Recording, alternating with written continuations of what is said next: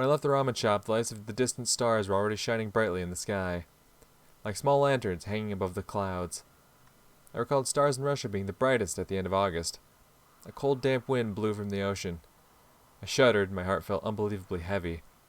Maybe somewhere in the very center of Tokyo, the nightlife was still boiling. My district usually fell asleep with twilight. The streets grew empty, with only stragglers hurrying home, where they were waited by a loving family and a hot dinner, completely unlike me and my ramen. If only I hadn't had a fight with Himitsu today. But could you really call that a fight? No yelling, no dish breaking, not even any face punching. Only strained silence, unspoken words, and indecision. Yeah, exactly, indecision. I just didn't know how I felt about her. Honestly, I don't either. Like, like the whole she's obsessed with Nikolai thing, like, you know, obviously I'm like, okay, well, if I'm going down her route, then that's not going to be much of an issue, right? But then, like, this whole gaslighting thing and, like, how she's trying to paint me out to be like, oh, you're just hearing things. You're like, nothing's going on. Like, I clearly saw it. No, nothing's going on. And it's like, there's something more with Himitsu, like, beyond just her obsession, I feel. Like, there's something there, and it's worrying. So, honestly, I don't know how I feel about her either. I think she's cute. I love her face. Every time I see her, like, just seeing her on screen, it makes me smile. But then I read some of the things she says, and it's just like, I'm very concerned. Especially now, after Catherine had returned. Accepting her love would be the easiest option, but wouldn't I only hurt both of us even more then? Would these feelings end up genuine, or would I just swap her from a housemaid to a lover? And in the end, Himitsu would simply end up hating me, as well as herself. But rational thinking is something to attempt with a clear mind. The empty house met me with a ringing silence and the cold of an autumn night. For a long while I stood next to the phone, not thinking about anything in particular. No, I most definitely wasn't going to call anyone. I was waiting for them to call me. The clock hands were nearing midnight. I looked outside, but our windows were dark. Why do I always do this? First push people away, then agonize over it. Finally, my tiredness seized me and turned out to be the deliverance I craved. I stretched out on the bed, closed my eyes, and immediately plunged into the pleasant state when you know you're about to fall asleep. Alrighty.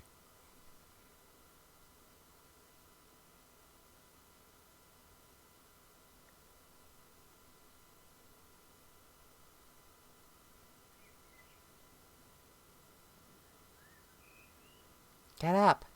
Someone's voice was ringing in my head. I felt like I was being lobotomized.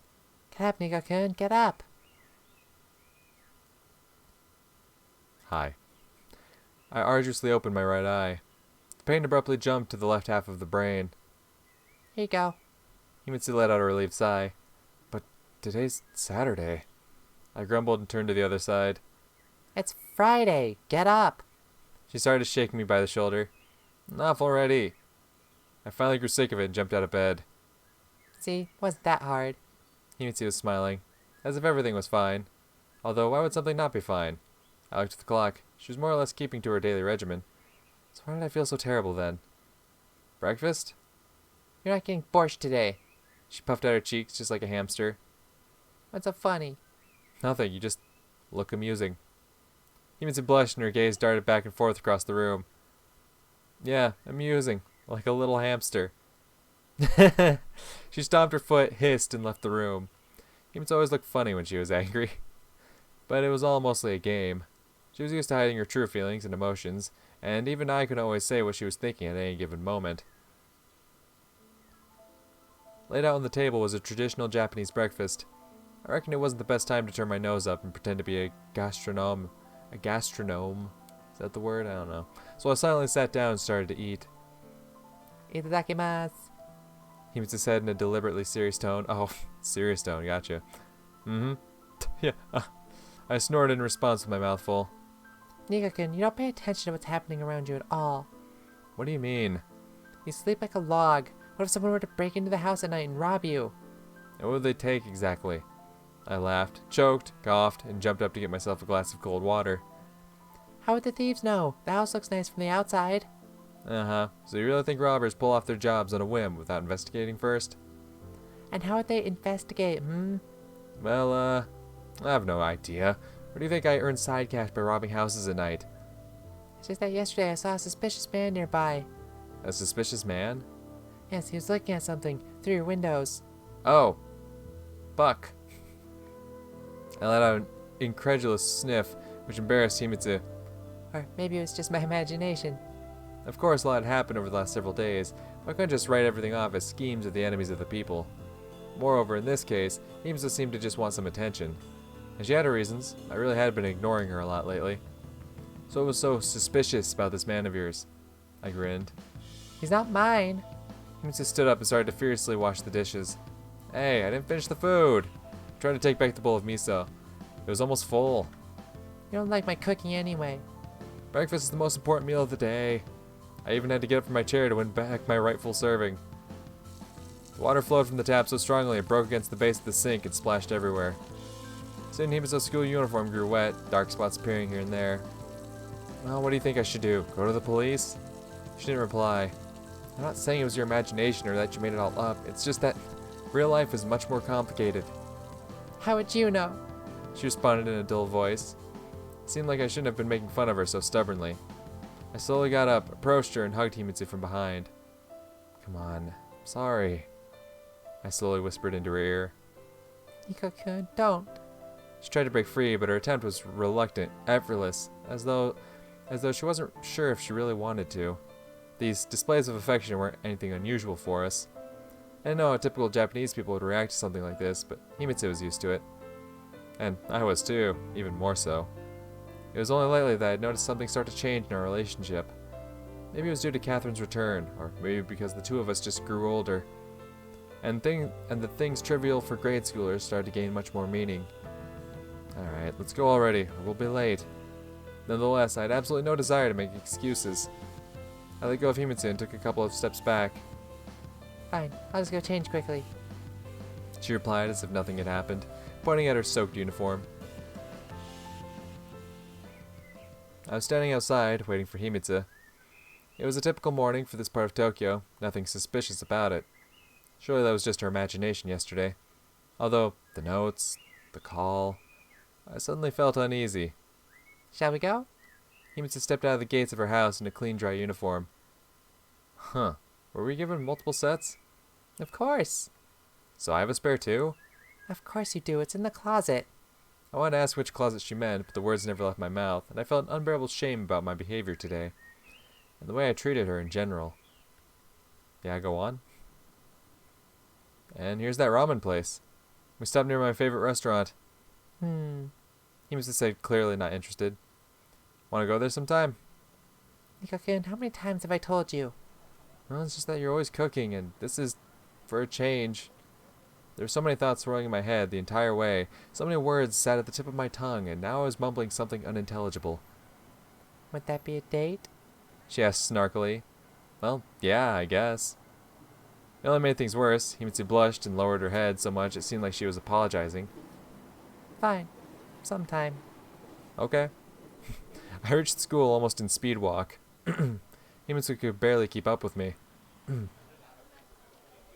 class was even less crowded than usual, which came as no surprise. It was Friday, after all. But then, what was I doing here? Aye. This Kyosuke was right on cue. Hey there, I guess. You look all gloomy early in the morning. Everything all right? Couldn't be better. I quipped and glanced around the class. Catherine's desk was empty. Since the start of the morning, Himitsu was leading my thoughts away from her, either intentionally or unintentionally. But yesterday's argument and all of its details were still fresh before my mind's eye. And now, of all times, it seemed somehow especially important, like a battle between two terrible monsters from Greek mythology. Have you seen Catherine today? No, why? No reason, just asking. Just asking, huh? A disgusting smile spread from one of his ears to the other. Yeah, exactly. I was trying not to react to the provocation. Nick, we never talked about it, and it's been 4 days already. Nothing to talk about. I was starting to boil up inside, but couldn't let another snap like yesterday's happen. There's nothing to talk about because I know as much as you do. Okay, but if you need anything... Of course, I know where to go. Certainly not to him. I stood up and approached Michael, who, as custom had it, was reading a book. Hey, remembering yesterday's incident, I tried to look as friendly as possible, but still not too friendly. He raised his head and gave me a slight nod. How's it going? Depends on how you look at it. And how should I look at it? Depends on what you mean. Kyosuke's anime philosophy wasn't exactly fun, but Michael's pretentious pseudo-Buddhism would drive anyone mad. Alright, so you're in no mood to talk? I wanted to ask if you've seen Catherine. No. I see. Thanks. There's no point continuing the conversation.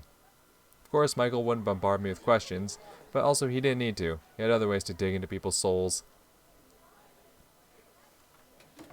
I asked several more classmates, to no result. My vain attempts must have seemed strange from outside, but I didn't care.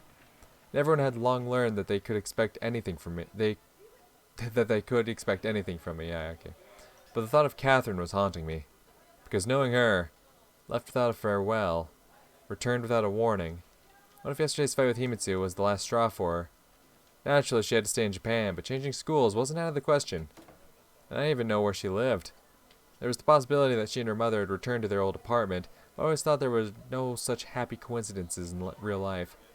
The school had to have information about her, home address included. Which meant I could try looking in the teacher's room. Really? You're gonna go that far? Come on, bud. Jesus, you and Himitsu really are perfect for her. You're both obsessive as hell. Like, she's obsessed over you and you're obsessed over Catherine. Like, fucking let it go, homie. You don't need to go digging through the teacher's files to find Catherine's address. That's fucking weird. Like, what are you gonna do when you show up, huh? Hey, Catherine found your address. Like, that's fucking weird, dude. I'd been there many times and had a vague idea of where things were kept. On the other hand, it was the very peak of the school day. There was a high risk of being caught. Yeah, that's the problem. And there was no guarantee I'd be able to find her personal file among the piles of paper. Yeah, no, that's a problem, uh-huh. Nothing else wrong with the situation. I was shuffling about stupidly, unable to make a decision. Meanwhile, there were just 5 minutes left until the bell.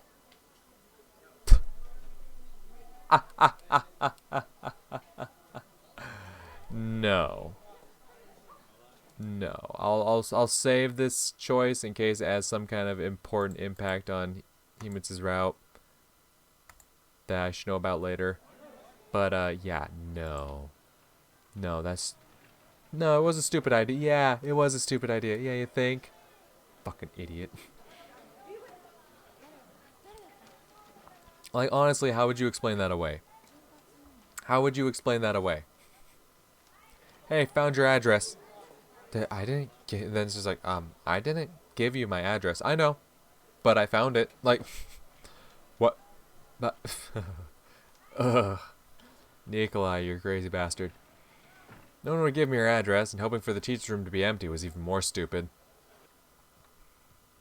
I simply went to wander the school, soon ending up in the cafeteria.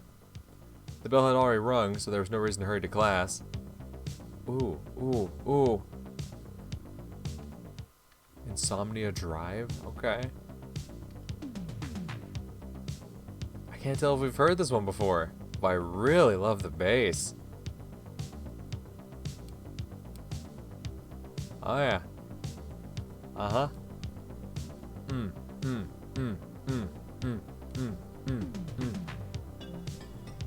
Ooh.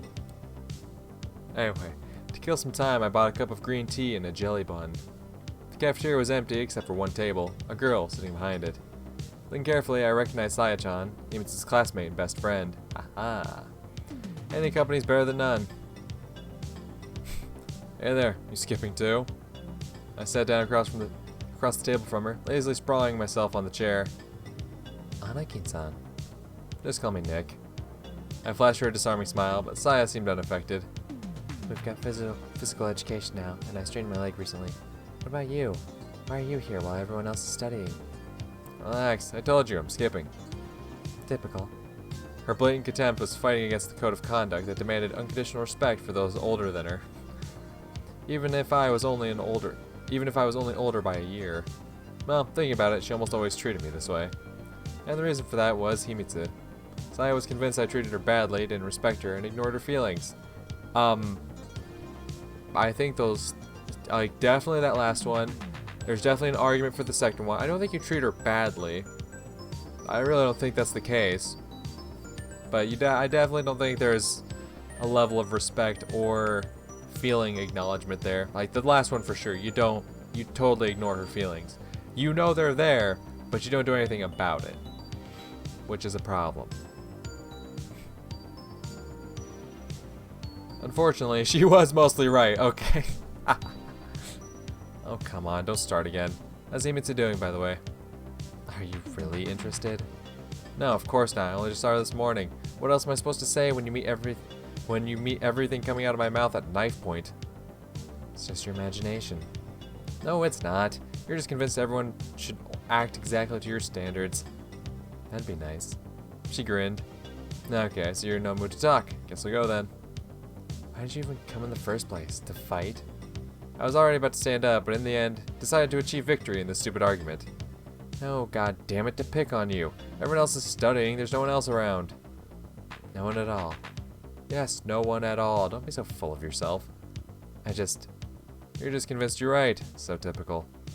I mockingly imitated her. Wow, Himitsu's really lucky to have you. Well, she at least has someone. What about you? Any man would drown in your bile on the very first date. Saya's lips trembled. She was about to cry. Yeah, that was a bit much, my guy. I'd overdone it. Yeah, you sure did.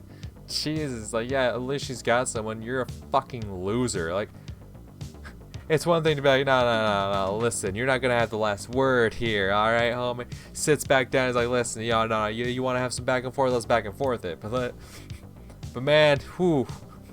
It was supposed to just be, some light roasts back and forth, but homie turned up the heat a bit too high. Okay, sorry, but you started it. Now the girl looked completely miserable. After all, she was just a child and had probably never experienced any real difficulties. The theatrical arrogance and self-confidence were protective masks to hide her insecurities. Unfortunately, you could hardly say the gods of Japan had gifted Saya with beauty. I mean, she's not ugly. Like, yeah, no, obviously compared to any of the main love interests, yeah, nah. But like, she's not ugly. She's got her own charm. And sometimes said that girls choose bad-looking friends to appear better in contrast. She's not bad-looking. The fuck's wrong with you, dude? Like, I wasn't sure if Himitsu ever thought about this, but the fact remained. Alright, sorry. Asshole, jerk, idiot. She jumped up from her chair, threw an unfinished bun at me, and ran to the cafeteria's exit.